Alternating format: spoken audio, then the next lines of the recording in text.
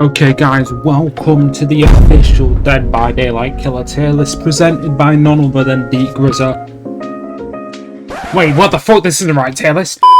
Okay guys, sorry about that. Clara was on my PC earlier, believe it or not, but now on to the actual tier list. But first, it's actually just something I need to get out of the way, I think.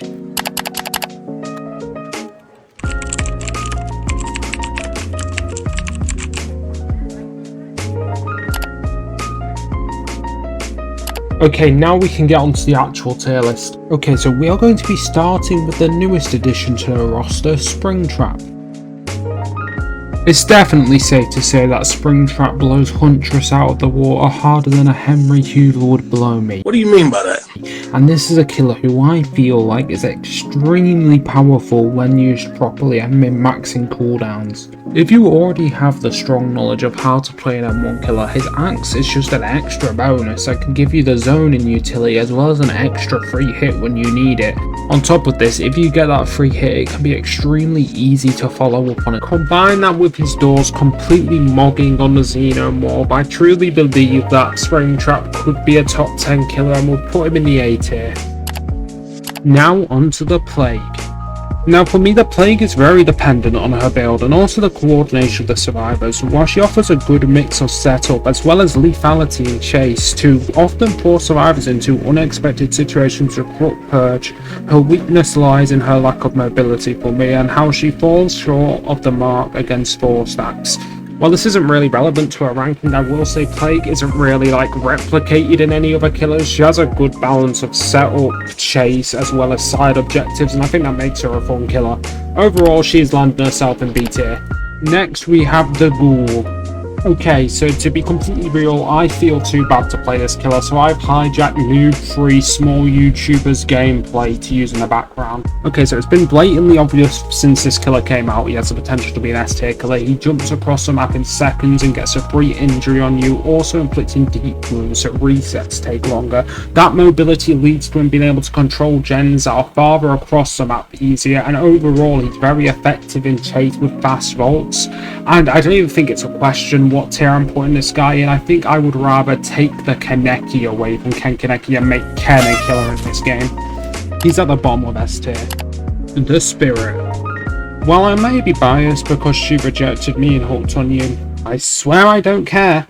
The Spirit is actually quite a complex killer with a lot of sound cues that you need to train yourself to understand, and on top of this she can be extremely lethal in chase if you know how to manage your cooldown well.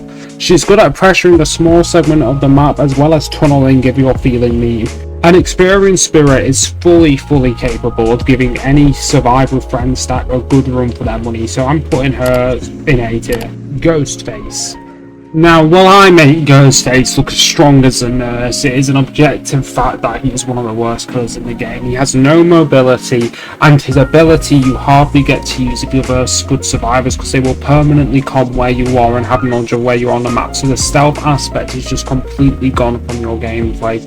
It is impossible to win against a good stack on this killer unless you're on a map like Larry's, which is played competitively, and I hate to say it, but he is going to land himself in the lowest tier even though he is my boy.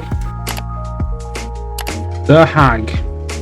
For me, the Hag's quite an interesting one. She's a character that people, even pros, aren't really used to because she gets played that little and carries a very unique ability. She is a setup dependent killer and that already carries its limitations, with gens possibly being done before you're even ready to have a strong first case, because without any setup she becomes a very weak killer.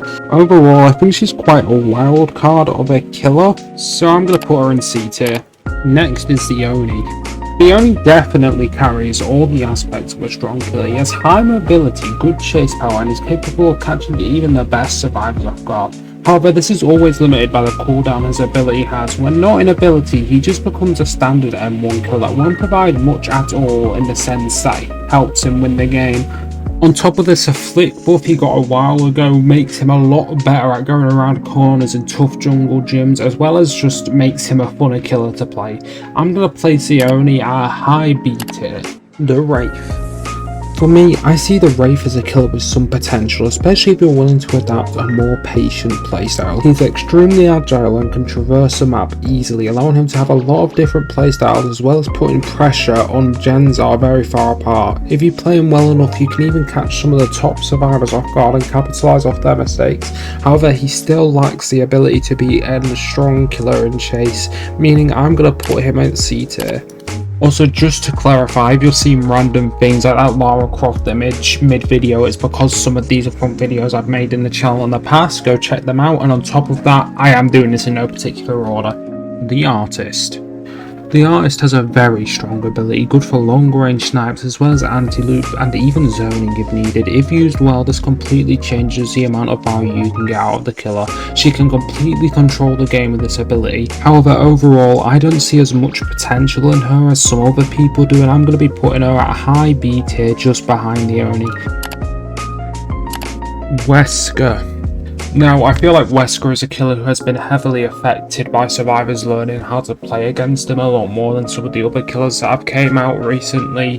He started off as probably a strong A, and I feel like as people understood how his power works more and the different techs he can do, he's now fallen down probably into the lower A tier for me. He still is a great killer, can have some good mobility when needed, but that's at the cost of his ability, and on top of that, he's still limited by the amount of sprays around the map for survivors. You'll pretty much never have a lobby where if you infect a survivor they can't uninfect themselves, and against good survivors you might find it hard to get as much value out of that. The Wesker is going to be clocking in at the bottom of A tier. I'm also going to go ahead and swap Spirit and Springtrap because I didn't realise that was the way I ordered them. His Resident Evil duo, the Nemesis. Now, this big bold bastard is definitely held back by his mobility. He isn't as agile as some of the other killers, even though he does have quite a strong ability. I'd say you are more than likely to get value out of the infection on this killer, because unlike the Wesker, they will run out of syringes. They don't have many to use at all, so towards late game his power does tend to grow. I do believe that this killer excels towards late game, especially when holding a free gem with the right perks. He can often catch survivors off guard with his whip especially, and that can punish them for even the simplest mistakes and make them unable to break the free gem. I think I'm going to put Nemesis in low tier B. Death Slinger. Now, unless you're off 10 AD pills with a 100 millisecond reaction time, Death Slinger can certainly get punished if you miss your shots. He's not mobile at all, and reloading could be the difference between a survivor making a pallet, whether that's a filler pallet or a god pallet. However, if you get extremely good at this killer, I do believe you can punish survivors who make the mistakes of not knowing certain angles you can get, and you can be a deadly killer in chase. I think I'm going to put Death Slinger below Plague but above Nemesis in B. The Trickster. I'm actually going to give this killer more credit than most people would. I think his ability is more than capable to catch off even experienced survivors, and I am aware that Trickster mains can make this killer look extremely powerful. I've seen this killer be the wild card to even end strong win streaks, and even if he does lack mobility, if you are efficient with his power and combine it with knowledge of how to play an M1 killer, he can be very deadly. I'm going to give Trickster quite the generous low B. Pyramid Head. Pyramid Head is a killer with a very strong chase power, and on top of that the ability to use it on command. Furthermore, he's able to put down trenches, and if the survivor gets hit by these, it offers a little more convenience on whether you want to hook or get a very quick cage, and on top of this can even offer a very quick kill if the survivor's on death hook. I think the ability to flick his ability is also very good, because if you get precise with that, it's almost a guaranteed hit on pallets that would even be considered as safe. But he is still held back by his mobility, so I'm going to put him at the bottom of A. The Huntress. Springtrap makes it very hard to remember just how strong the Huntress can actually be as a killer. If you're in a mood to play to win, you can camp hooks extremely easily and force survivor off gens to bring support, because one survivor isn't going to be able to unhook against a Huntress. She does still lack the mobility, and on top of that, her power, in my opinion, the axe can even be weaker than Springtrap's due to the fact that Springtrap can arch his to hit survivors going for the body blocks. So I'm going to put her at B. Michael Myers. Now honestly, Michael Myers is definitely a killer you rarely see run without any add-ons. He's an extremely add-on dependent killer to get any value, whether it's Scratch Mirror alongside maps, even though you can't do that anymore, or Tombstone, which isn't really a comp thing to use, but also just extending your tier 3. Without any of those add-ons, you're not going to get much value out of him, and on top of that, he's just not a very strong killer anyway. Even his ability, he's always going to be an M1 killer. He just gets a better lunge and moves faster, which is good, but against good survivors, they'll know how to loop you for long enough to make either gens get popped or your tier 3 just completely run out. Now, because of this, Michael's going to make his way into the D tier, the Legion. Now, even though this was the killer to end a 200 plus Survive with Friends win streak done by probably one of the best pro teams in Dead by Daylight, I just can't actually find the way to place him at a power level which lets him do that. He has been arguably weak since he got nerfed after he came out. I mean, if we were to talk about when he came out, he might even be S tier, but now he is just a weak killer. He's annoying to play against sometimes, but once you know how to play against him, he's very weak. He's just an M1 killer, and yeah, I mean, if you're an M1 killer, you're never going to make it very high on the tier list. Purely because he ended the world record survival win streak, I will put him in C tier though. The Trapper. Okay, I really don't have much to say about this killer. He's extremely bad, he's outdated, he relies heavily on a setup that will get a gen popped if you try doing, and on top of that, it's very easy to disarm this setup and completely ruin this for him, so he's just going straight into D tier, probably going to be the worst killer in the game. Xenomorph. Xenomorph can travel across the map quite easily, even hearing survivor noises while in his tunnels, possibly allowing him to get extra intel and catch survivors off guard. On top of this, his tail is a useful tool in chase to make him more efficient than any M1 killer. Even if survivors are tactical with their turrets, it won't really impact his gameplay too much. I'm putting him in B tier. The Unknown. The Unknown's power gives him the ability to teleport across the map quickly and with a lack of delay once he comes out of his hallucination, making him a stronger hag. His little weird sperm shooter thingy can be a very tactical tool in chase and makes him slightly more lethal than your basic M1 killer. He is still held back in my opinion though by his lethality in chase, as usually it can be hard to get a good start to the game if you have a rough first chase, and it can be quite easy to get rid of his power if he doesn't capitalise immediately. Because of this, I'm going to put him in B tier. Blight. Now honestly, this killer might even be better than Nurse, and he might even belong at the very top category because he's extremely deadly in chase, with the top win streak I believe being almost 2,000 wins in a row, which is just absolutely mental. He can outplay almost any pallet you could imagine using his rushes, and he gets them back quick enough for it to not be that punishable if you miss. And despite all this, he's still very impressive to play. He shows good game knowledge and his flicks can be quite cool to watch. He's going to go at the top of S tier. Hillbilly.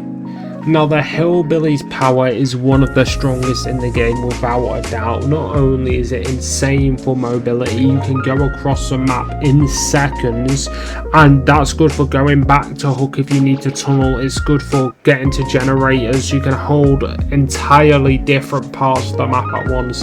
It is brutal, and not only that, it makes him extremely lethal in chase. If you know what you're doing on him, and if you go versus him in overdrive, I mean, you're not really going to last long. He can turn at rates F1 drivers could only dream of. He's going to barely beat Spirit for me and go to the top of A tier. The Doctor. Now I'm not gonna lie, the Doctor kind of is just another standard M1 killer. His power's a little better because it does prevent survivors from being able to take vaults and pallets, and if you get really good with the timing on it as well as the right add-ons, this can actually come in really handy and just fuck survivors over completely when they least expect it. However, he does still just like the movement and pretty much everything else to be a strong killer. He's definitely going to be in C tier. The Cannibal.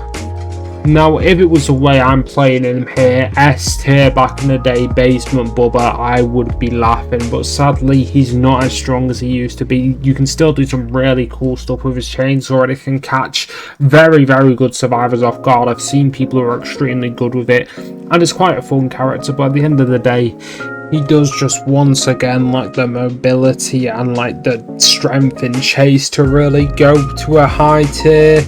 So I'm gonna have to put Bubba at the top of C tier. The pig. Now, when I was playing the pig, I was honestly feeling the weakest I've ever felt, especially in chase. Her traps actually aren't that bad, but in chase, your ambush, you can't like go backwards with it unless you do a perfect 180 flick. So it's kind of always going to be able to be predicted, and unless the survivor's kind of bad, they're going to get back to the pallet before you can actually hit them. And on top of that, her stealth, you can rarely capitalize on it because usually the survivors just know where you are. And I'm sure you're getting sick of me saying it, but the movement just isn't there. It really isn't. She's going just above Trapper. Demogorgon. Now, the Demogorgon's an interesting one because I feel like I used to quite underestimate the things his power can do, even though it's a very simple power, but I think it is just quite situational. Like, it can be very good and get you a free hit a lot of the time in chases, but he still isn't really that lethal. But one thing this killer does have is the ability to teleport and gain undetectable, which can catch survivors off guard, and that's quite a common theme we see across killers nowadays. To be honest, a lot of them can travel and go undetectable, but yeah, I think I'm gonna place him just above the hag in C tier. Freddy. Now, honestly, Freddy was the only person I actually kind of had no idea about when I was making this tier list. I had to ask a more experienced killer, Remy Leo, because I had zero fucking clue. I haven't really seen him played much since his rework, and I took a break while his rework happened. He feels somewhat strong. His dream pellets can definitely catch survivors off guard, but at the same time, it's like, it's still just Freddy. Like, he's M1, his lunge is good, he can TP, his TP's kind of weird now, so yeah, I wasn't too sure, but I did just place him in B tier. The Clown. Now, in my opinion, Clown is the most boring killer to play and play against in this game. Maybe not play against, but yeah, he is very, like, just basic. You throw down the ball, it slows them down, but it is a good ability. It can, like, make safe pallets no longer safe, which is obviously valuable, but good survivors can usually play around it, and at the end of the day, when a killer's on sale for cheaper than a perk, I think that actually says a lot about how good that killer is. So I'm going to go ahead and place him at the bottom of C tier. The Knight. Now, when I was recording gameplay for this video, I actually did make this killer look weaker than Trapper because I had no idea what I was really doing. But other than if it's me playing him, he is quite strong in chase. If you use his little fucking bum buddies right, they'll come after you and you can third party, I don't know what you want to call it. Yeah, you can cut survivors off with it, and it's quite good, but it usually does still just take some time to wrap up chases if you want to play them that way. So even though you will eventually get the down, it's a question of how much time it takes. You can use his guys very efficiently too to scout the map, but I still just think he's kind of just meh. He's gonna go to the top of C tier.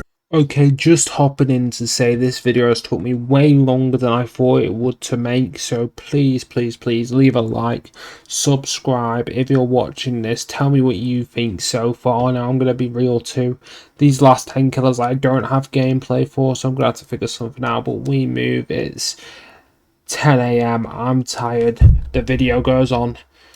Pinhead. Okay, so Pinhead's ability is actually quite rewarding in chase if you can hit it 100% of the time, but realistically that's never going to happen. It is quite a tedious ability to use, and it's not even like it rewards you with a guaranteed hit like a Xenomorph tail. His box, it's kind of just easy to do. It's like one of the easiest side quests in the game, I think, although it does give him instant access to a survivor, but that could also lead to him being drawn out of position. Pinhead's in C tier for me. The Dark Lord.